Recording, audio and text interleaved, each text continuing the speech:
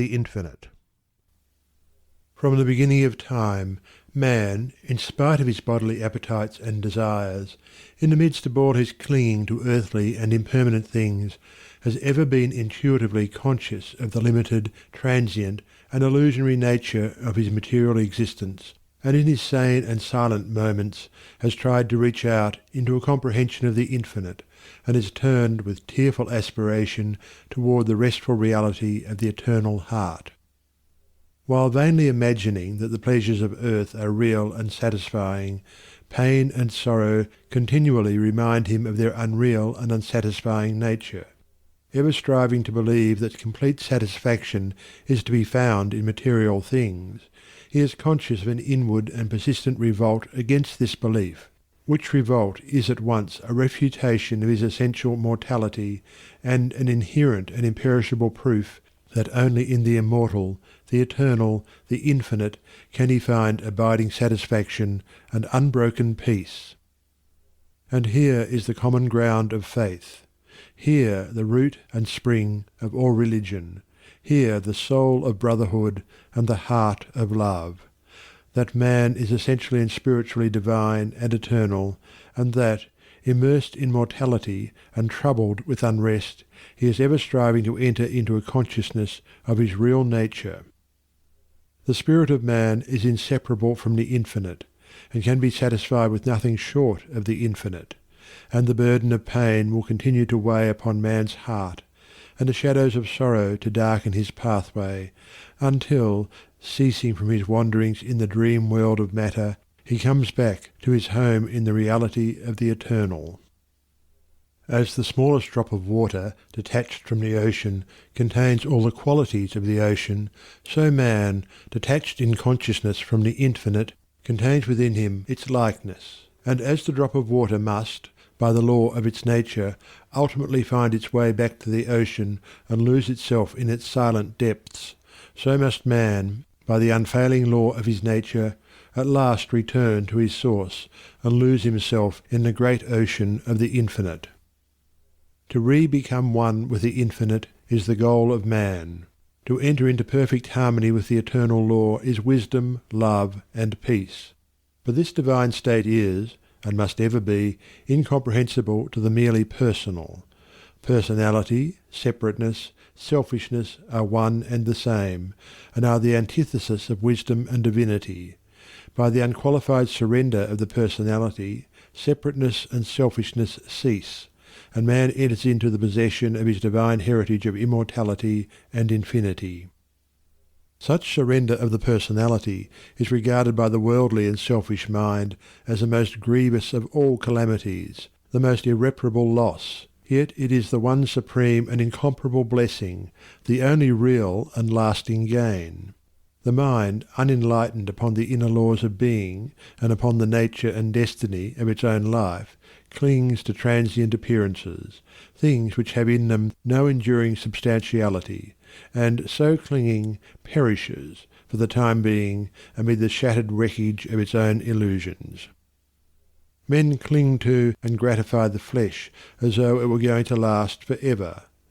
And though they try to forget the nearness and inevitability of its dissolution, the dread of death and of the loss of all that they cling to clouds their happiest hours, and the chilling shadow of their own selfishness follows them like a remorseless spectre.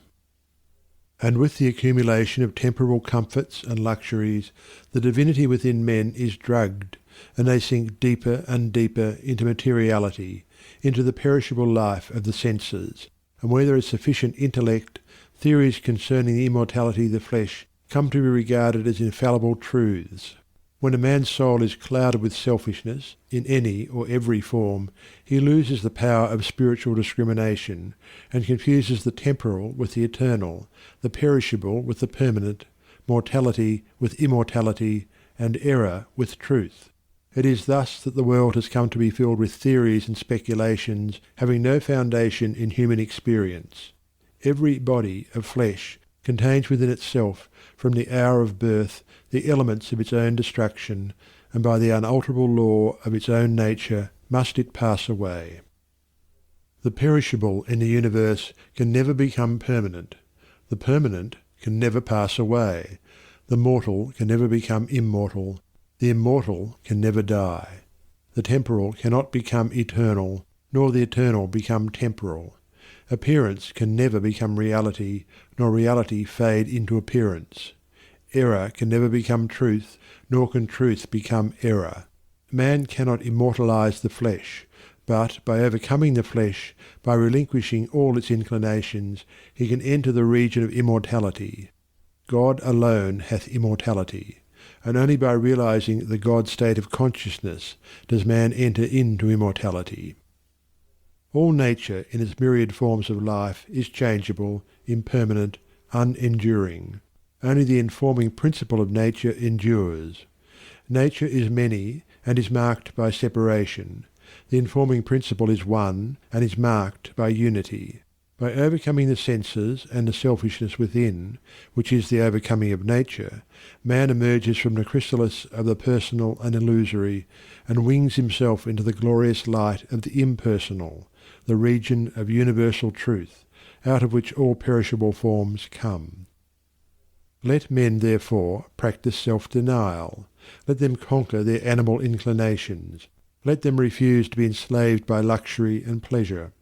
Let them practice virtue, and grow daily into high and ever higher virtue, until at last they grow into the divine, and enter into both the practice and the comprehension of humility, meekness, forgiveness, compassion, and love, which practice and comprehension constitute divinity. Good will gives insight, and only he who has so conquered his personality that he has but one attitude of mind, that of good will toward all creatures, is possessed of divine insight, and is capable of distinguishing the true from the false.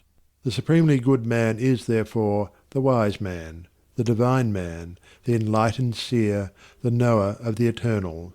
Where you find unbroken gentleness, enduring patience, sublime lowliness, graciousness of speech, self-control, self-forgetfulness, and a deep and abounding sympathy, look there for the highest wisdom.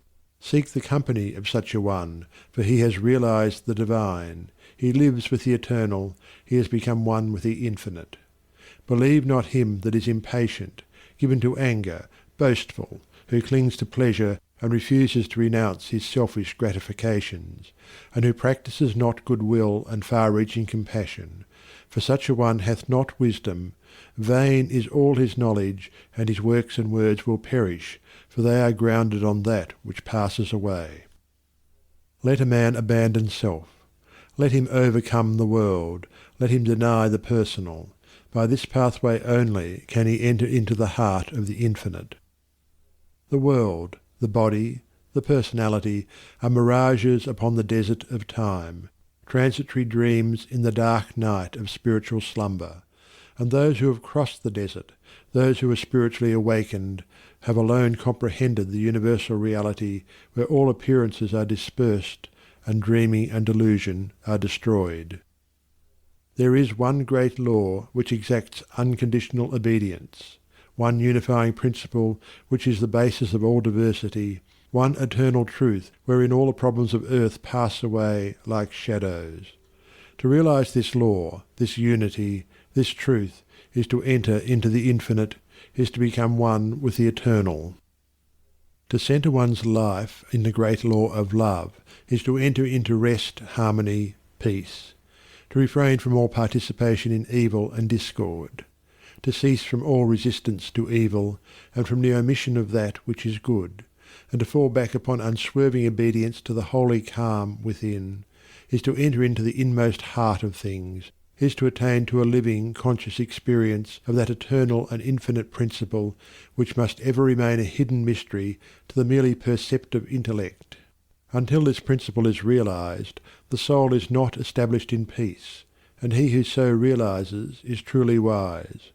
Not wise with the wisdom of the learned, but with the simplicity of a blameless heart and of a divine manhood.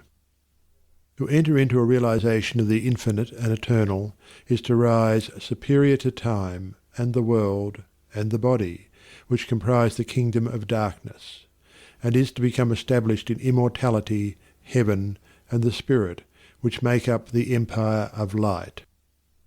Entering into the infinite is not a mere theory or sentiment. It is a vital experience which is the result of assiduous practice in inward purification. When the body is no longer believed to be, even remotely, the real man, when all appetites and desires are thoroughly subdued and purified, when the emotions are rested and calm, and when the oscillation of the intellect ceases and perfect poise is secured, then, and not till then, does consciousness become one with the infinite, nor until then is childlike wisdom and profound peace secured. Men grow weary and grey over the dark problems of life, and finally pass away, and leave them unsolved because they cannot see their way out of the darkness of the personality, being too much engrossed in its limitations. Seeking to save his personal life, man forfeits the greater impersonal life in truth. Clinging to the perishable, he is shut out from a knowledge of the eternal. By the surrender of self, all difficulties are overcome, and there is no error in the universe but the fire of inward sacrifice will burn it up like chaff. No problem, however great, but will disappear like a shadow under the searching light of self-abnegation.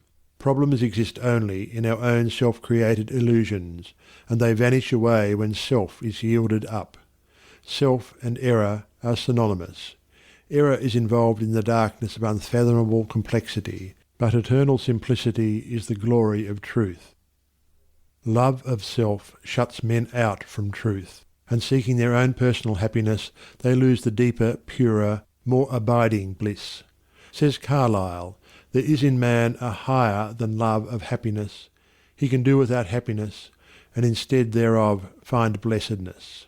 Love not pleasure, love God. This is the everlasting yea, wherein all contradiction is solved, wherein whoso walks and works, it is well with him." He who has yielded up that self, that personality that men most love and to which they cling with such fierce tenacity, has left behind him all perplexity, and has entered into a simplicity so profoundly simple as to be looked upon by the world, involved as it is in a network of error, as foolishness. Yet such a one has realized the highest wisdom, and is at rest in the infinite. He accomplishes without striving, and all problems melt before him, for he has entered the region of reality, and deals not with changing effects, but with the unchanging principles of things.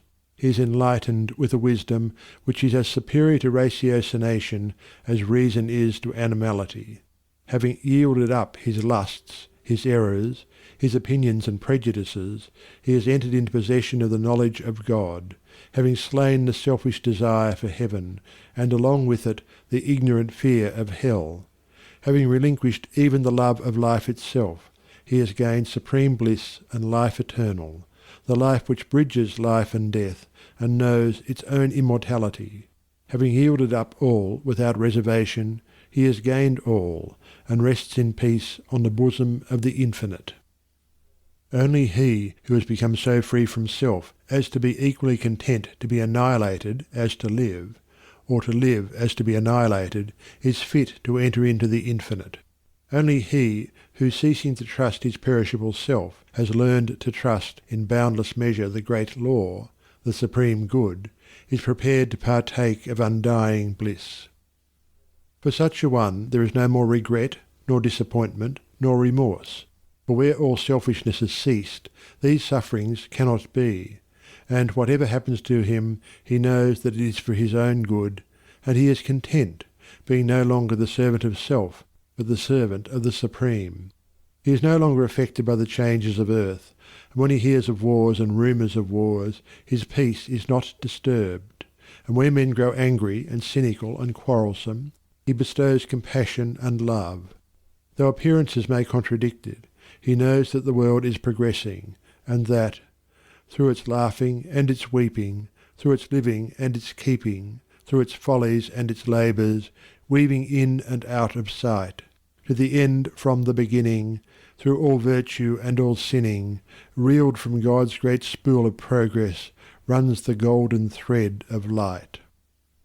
When a fierce storm is raging, none are angered about it, because they know it will quickly pass away, And when the storms of contention are devastating the world, the wise man, looking with the eye of truth and pity, knows that it will pass away, and that out of the wreckage of broken hearts which it leaves behind, the immortal temple of wisdom will be built. Sublimely patient, infinitely compassionate, deep, silent, and pure, his very presence is a benediction, and when he speaks, men ponder his words in their hearts, and by them rise to higher levels of attainment. Such is he who has entered into the infinite, who by the power of utmost sacrifice has solved the sacred mystery of life. Questioning life and destiny and truth, I sought the dark and labyrinthine Sphinx, who spake to me this strange and wondrous thing. Concealment only lies in blinded eyes, and God alone can see the form of God. I sought to solve this hidden mystery vainly by paths of blindness and of pain, but when I found the way of love and peace, concealment ceased, and I was blind no more. Then saw I God e'en with the eyes of God. End of section 5.